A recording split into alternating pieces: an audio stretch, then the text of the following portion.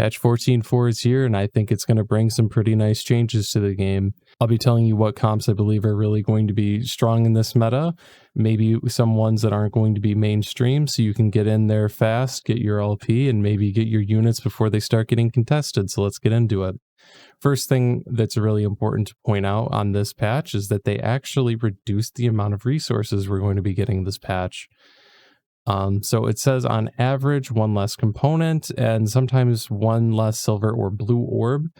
So that is just a strict item and sometimes item and econ loss on any portal.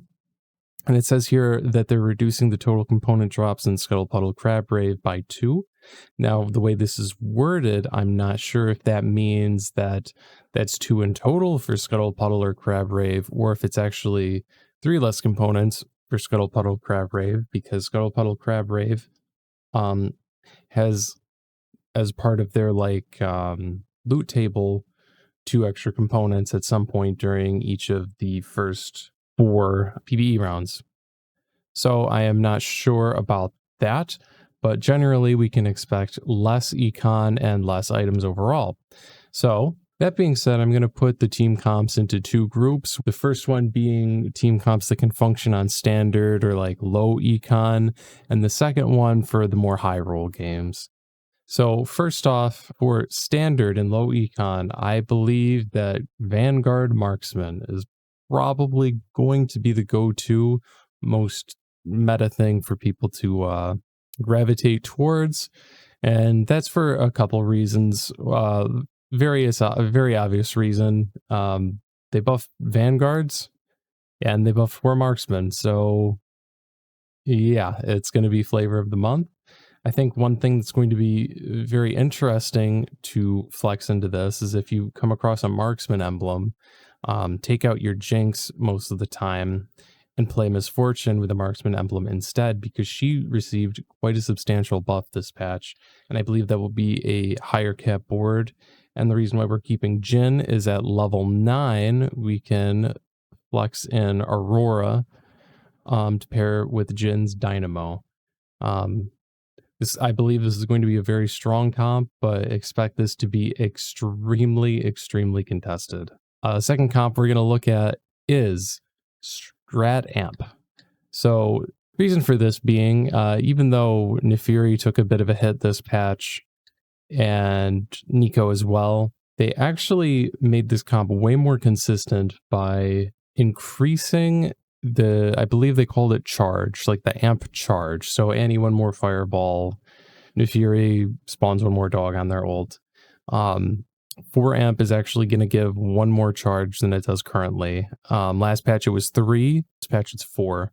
And what that really means for this comp is it's a lot less dependent on high rolling, finding your Samira early, be able to stabilize. Now you should be, if you have good items, stabilize on your Annie and your Nico.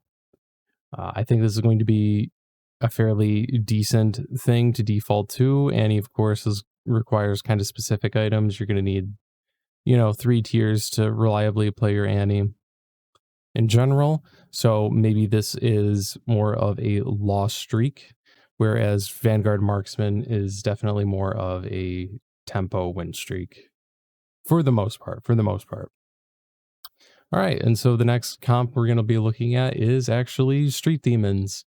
Now, Street Demons did take a bit of a hit with a brand. Well, his mana definitely did get nerfed, but I'm going to talk about his second change in a bit, and Nico taking a hit, and the entirety of Street Demons 7 also taking a bit of a hit, but I do not believe it will be enough to completely knock it out of the meta.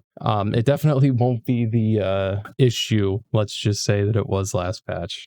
So what's going to be really interesting about this is I believe that this is going to be a very flexible line that you can play.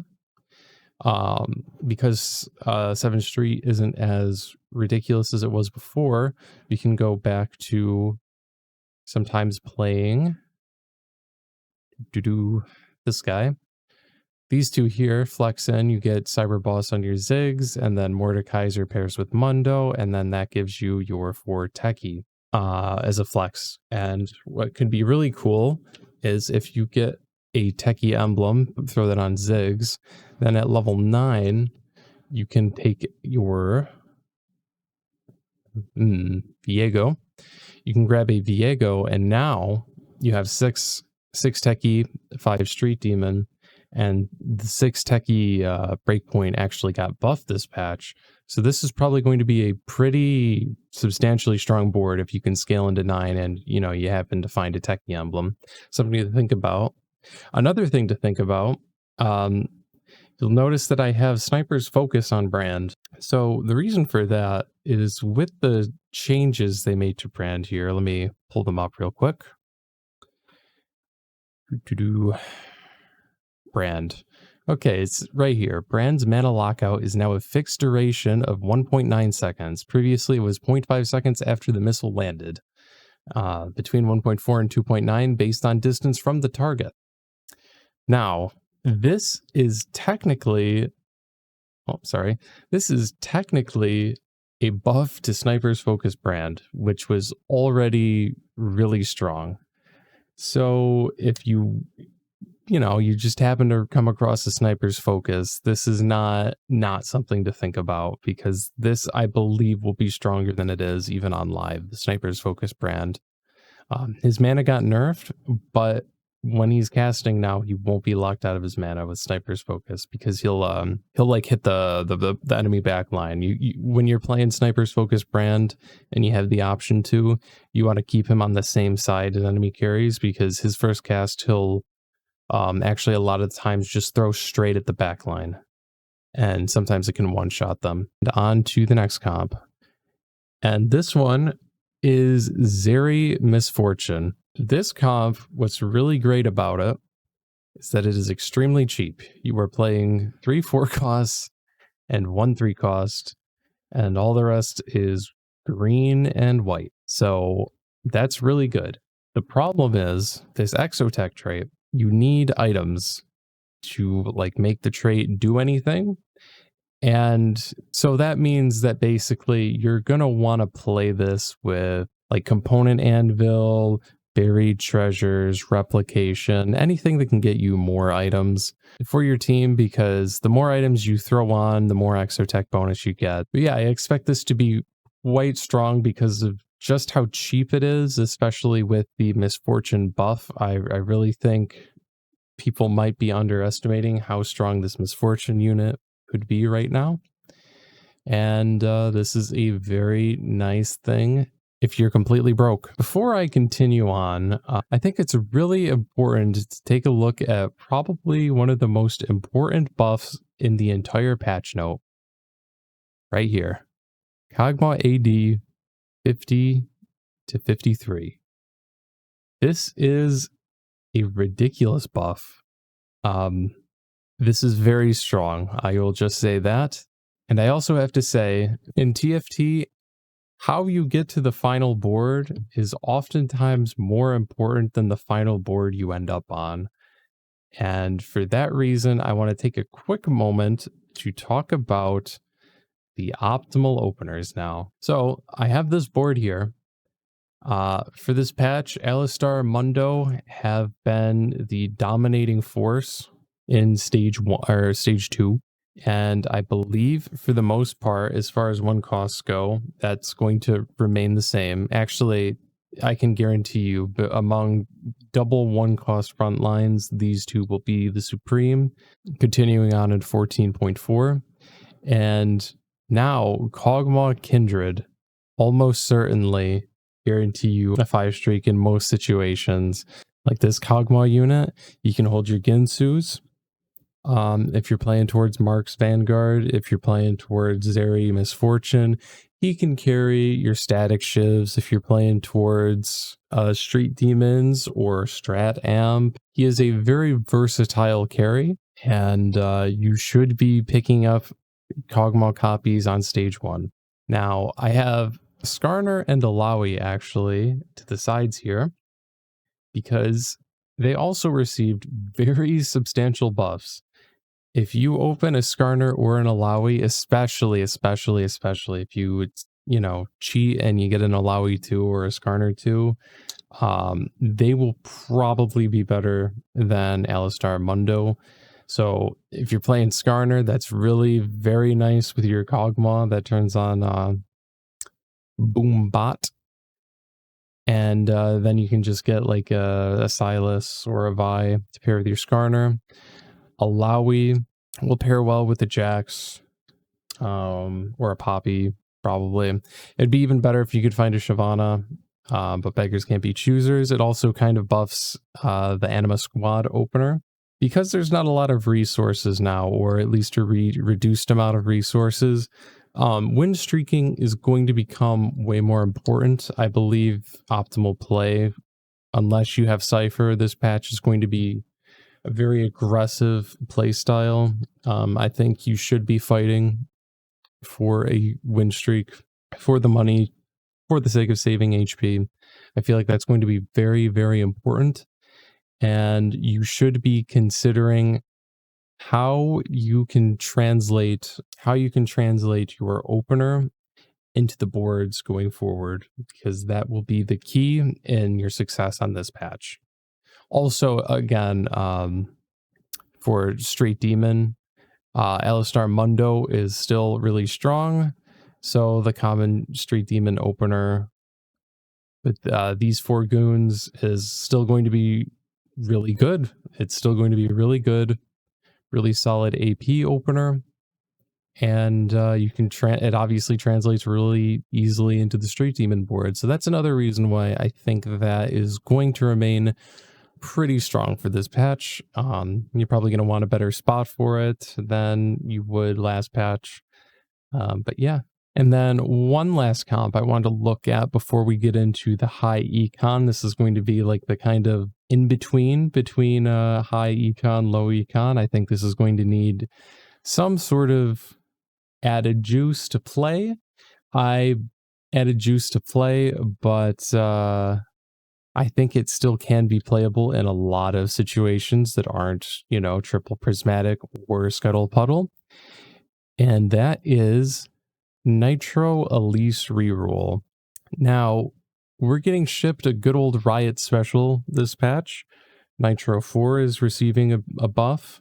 Shyvana's receiving a buff. Elise is receiving a buff. Yeah, when a comp gets 3 parts of their comp buffed, it's probably going to be pretty strong.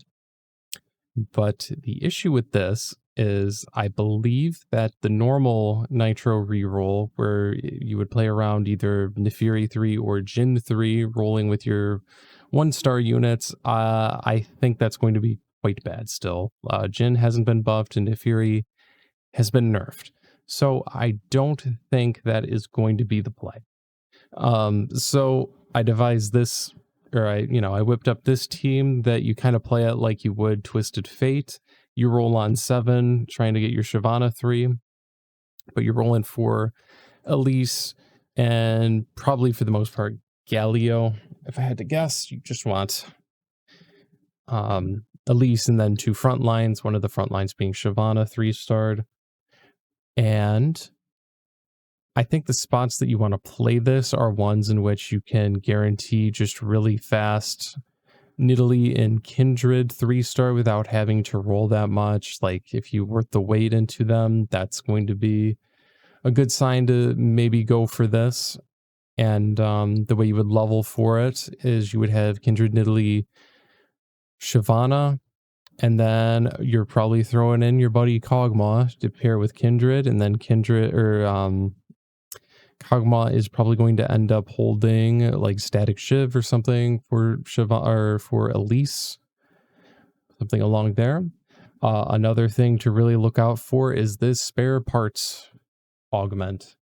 Now they buffed 4-piece Nitro, and the 4-piece Nitro is the same laser that the extra Hex turret will shoot. So this is going to be quite strong, I believe. I don't think many people have a read on this, but yeah, if you find the spot for it, I'm pretty sure you'll be uncontested.